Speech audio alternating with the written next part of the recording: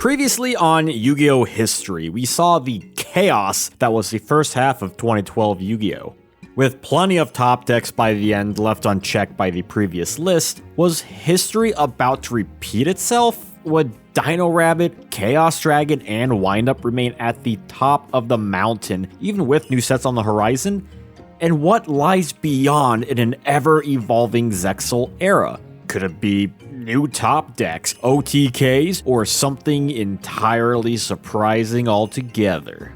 We start our journey on July 24th with the release of Hidden Arsenal 6. Like previous HA sets, this will give us a variety of monsters that may or may not see play. The big three I'd argue would be Daigusto Phoenix, Ivagishki Gust Kraken, and Ivagishki Marrowgeist. But it wouldn't be enough come August 12th and the 2012 World Championship. Keep in mind that at this event where worlds collide, TCG exclusive cards are banned from an even playing field. This meant that Tour Guide from the Underworld was unable to see play, and thus Dino Rabbit was severely hit. That said, 6 of the top 8 were all a deck that has yet to see any major wins in the West. Inzektor.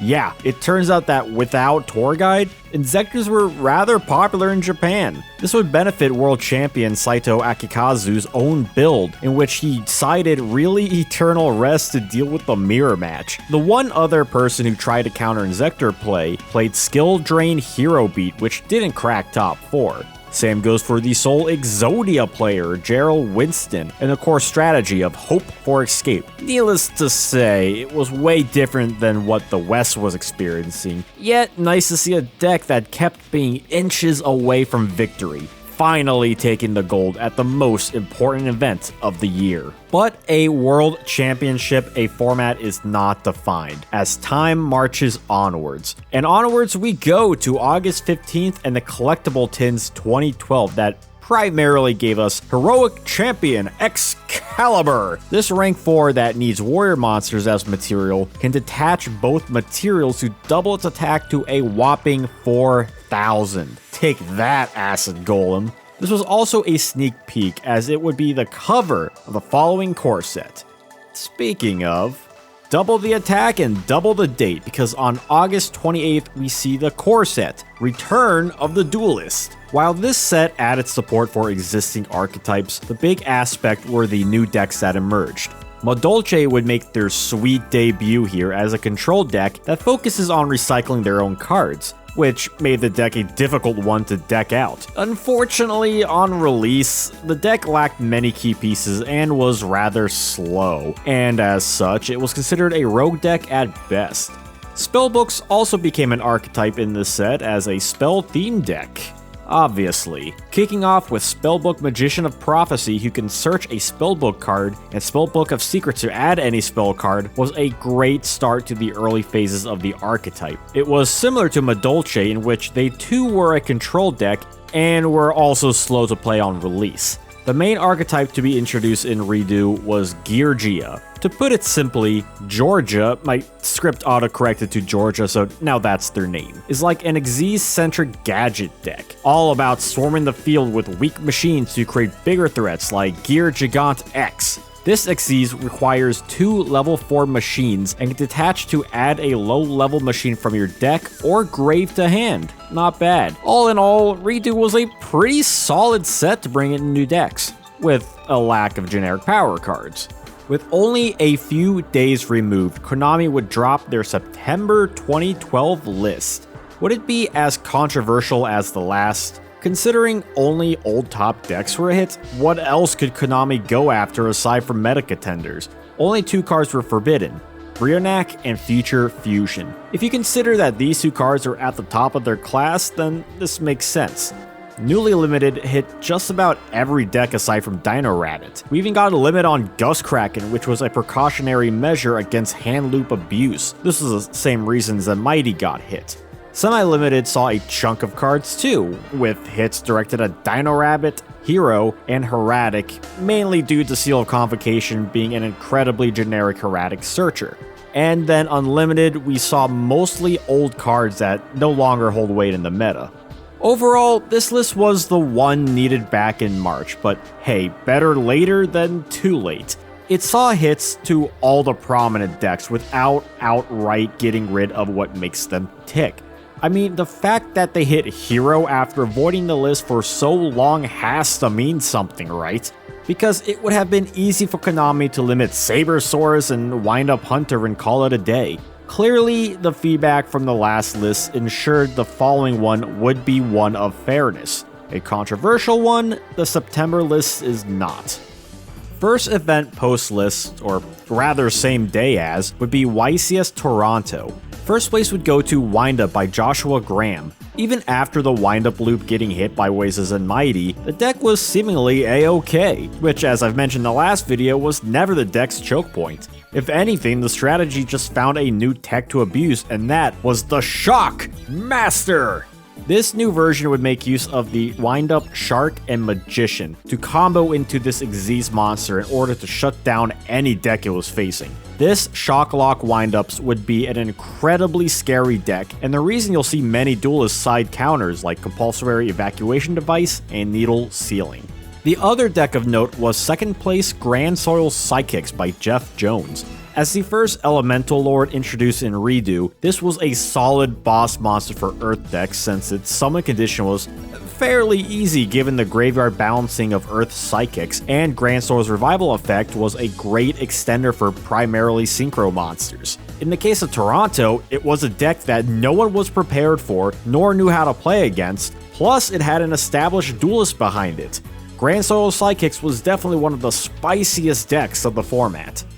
Slightly over a week later at YCS Guatemala, we would see Angel Flores take first with Hero Beat.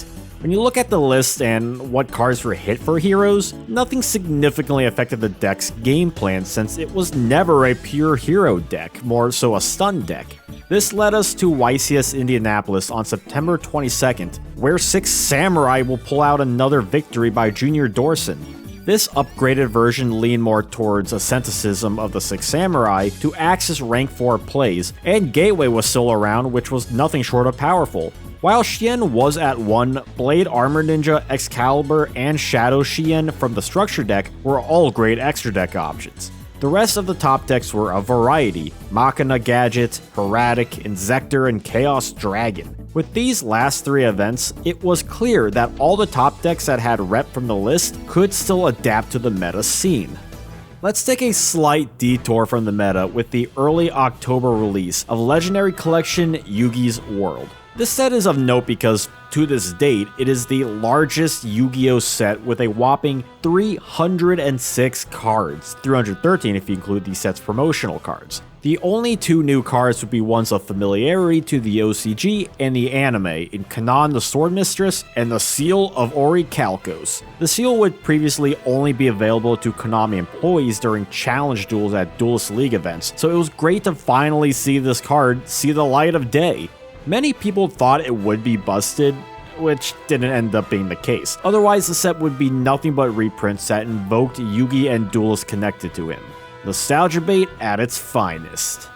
Back on our golden road, we have the Realm of the Emperor structure deck on October 16th. This deck introduced the Atlantean as an archetype rather than the singular cards they were before, similarly to spellbooks. The 3 prominent cards would be Atlantean Dragoons, Heavy Infantry, and Marksman. Gimmick-wise, Atlanteans trigger their effects when they get used as a cost for another water monster's effect. So, for example, if you use Abyss Soldier's effect to discard a card, if said card was Atlantean Dragoons, then you could activate Dragoon's effect to add a Sea Serpent monster from deck to hand. Or you could send Marksman to pop a face-down card, or send Infantry to pop a face-up card instead. Perhaps this was a way to make up for the loss of priority.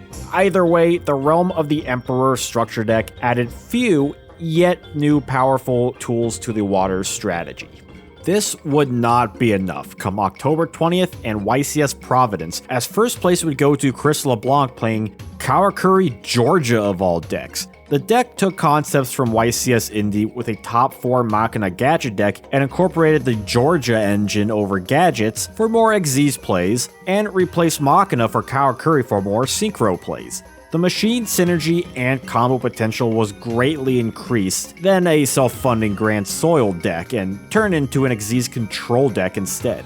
This is where wind-up format would end, a format that was the extension of Dino Rabbit, but with more fairness going around. Even though wind-up didn't dominate the meta, many would see the Shock Lock variant as the most threatening deck at the time. Even with that, the combo wasn't super consistent and the deck lost to big beat sticks. Otherwise, this format is nothing short of competent decks that rival many other popular formats for its thriving environment. That said, our history does not stop here. Then on November 9th, we received the next core set, Abyss Rising. Like Redo, this set added a lot to the game, including Madolche and Spellbook support. We also got plenty of new powerful XZs like Gagaga Cowboy that can burn 800 damage, which coined the term Cowboy for Game. Abyss Dweller, when having a water monster as material, increases your own water monster's attacks by 500 points. Plus you can detach and negate graveyard effects for the turn. Bahamut Shark is another water-related XZ that will become useful as low-rank water monsters become more abundant. We would also get a new Elemental Lord, this time of the water attribute in Mooling Glacia. This Sea Serpent has similar summoning requirements to Grand Soil, with the difference being their summoning effect rip 2 random cards from the opponent's hand. Scary stuff. Other notable cards would include Forbidden Dress and Planet Pathfinder. The water support would not stop as another new archetype would be introduced, Mermails. These are like the other side of the Atlantean coin. This is because Mermails activate their effects by discarding water monsters, which ties the two archetypes better than Peanut Butter and Chocolate, Banjo and Kazooie, Masayoshi Takanaka, and my eardrums. You get the picture. Mermails even starts out with a real heavy hitter in Mermail Abyss Megalo. This big guy can be summoned by discarding 2 water monsters, and then he can add an Abyss back row card from deck to hand. Additionally, you can tribute another water monster to allow Abyss Megalo to attack twice for a hefty 4,800 damage intake. The scary element is that when you discard for cost and those sent water monsters effects trigger, that and the previously activated effects post-cost trigger simultaneously. What this causes is a phenomenon known as chain blocking. Since both effects are activated at the same time, they immediately create a chain, and therefore if your opponent wants to negate an effect, they must negate the last activated effect due to the way chain links work, and thus that first effect is protected or blocked. So now with Mermails and Atlanteans, you have a strategy that can trigger a multitude of effects to make your opponent helpless to some effects if planned properly. Like many new strategies, some duelists are either frightened by it and thus prefer to play cards that counter it, or they're not sure of the deck's viability yet and take some time to figure it out. At YCS Seattle, in the top 16, we saw Dark World start to adapt some distinct cards that would transform the Hamrit build into the Virus Dark World strategy. Top 8 would see Agent come back after many of its contemporaries were hit on the list. The deck also evolved with a heavier Chaos engine and making use of Treacherous Trap Hole, a trap that destroys 2 monsters if you have no traps in the grave. But second place was not safe waters, as Mermails nabbed their first high-level top right out of the gate. If there's one thing people were saying, it's 2 things. One, that it was unfortunate that Madolche didn't top, and 2, that Mermails were here to stay. Although first place would go to Inzektor by Michael Stibbins. A lot of people were expecting other decks, so Inzektor was able to sneak by and win. Turns out the deck still had enough fuel to fight on. Lastly, the final event of 2012 was on December 2nd at YCS Barcelona, where, even though Windup was the most popular deck, there was a clear response to the rising tides. First place would go to Macro Rabbit by Jack Brune. Dino Rabbit has been prevalent throughout the format, but nothing major for me to note. However, the macro variant made use of Macrocosmos to banish all the discarded water monsters Mermails wanted to use. This was a direct counter, and one many were saying should have been more common in Seattle. Nevertheless, it was a check on topping decks and proved that Mermails were not going to assert their dominance without a fight. 2012 would bring on a few new releases, but I'll leave that for another video. The remainder of the September 2012 format would bleed into the next format, which feels like a better cutoff point for this entry, hence why I'm focusing this video on Abyss format. September 2012 as the last half of 2012 Yugioh was a great time if you were a fan. Every single YCS had a different first place deck. Windup, Hero, Six Samurai, Karakuri Georgia, Insector, and Macro Rabbit. And this was clustered with a variety of other contending decks such as Dark World, Mermail, Grand Soil Psychic, Heratic, Machina Gadget, Chaos Dragon, and many more I didn't cover in this video. Hell, with Providence alone we saw topping rep from Gravekeeper, Frog Monarch, and Gladiator Beast. Whoa, been a while since we've seen Glad.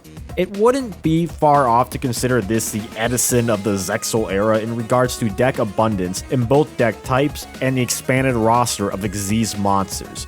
All that niceties said, would 2013 be able to continue the consistency? After all, Mermails certainly feel like a new, dare I say, modern type of deck. Will the rise of water monsters improve the game's health, or will everything go down in flames?